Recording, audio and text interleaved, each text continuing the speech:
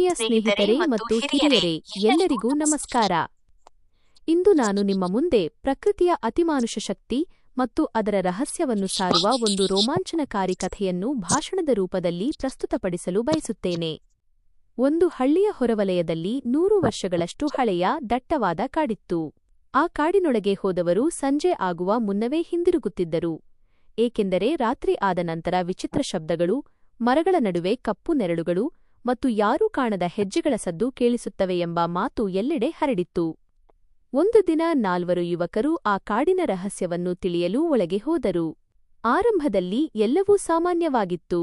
ಆದರೆ ಸ್ವಲ್ಪ ಹೊತ್ತಿನ ನಂತರ ದಾರಿ ಬದಲಾಗಿದಂತೆ ಕಂಡಿತು. ಅವರು ನಡೆದಷ್ಟು ಕಾಡು ಇನ್ನಷ್ಟು ದಟ್ಟವಾಗುತ್ತಿತ್ತು. ಏಕಾಏಕಿ ದೊಡ್ಡ ಮರವೊಂದು ಭಾರೀ ಸದ್ದಿನಿಂದ ನೆಲಕ್ಕುರುಳಿತು. ಎಲ್ಲರೂ ಬೆಚ್ಚಿಬಿದ್ದರು.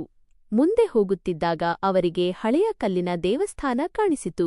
ಅದರ ಬಾಗಿಲಿನ ಮೇಲೆ ಪ್ರಕೃತಿಯನ್ನು ನಾಶ ಮಾಡುವವರು ಇಲ್ಲಿಂದ ಸುರಕ್ಷಿತವಾಗಿ ಹೊರಬರಲಾರರು ಎಂಬ ಎಚ್ಚರಿಕೆ ಕೆತ್ತಲಾಗಿತ್ತು. ಅದನ್ನು ಓದಿದ ತಕ್ಷಣ ಬಿರುಗಾಳಿ ಎದ್ದಿತು.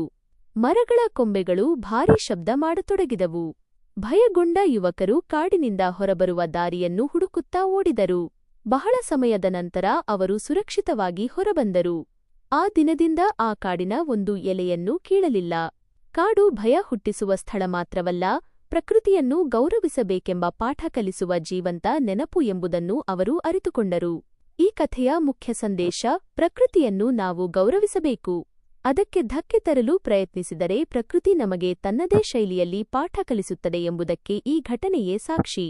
ಧನ್ಯವಾದಗಳು.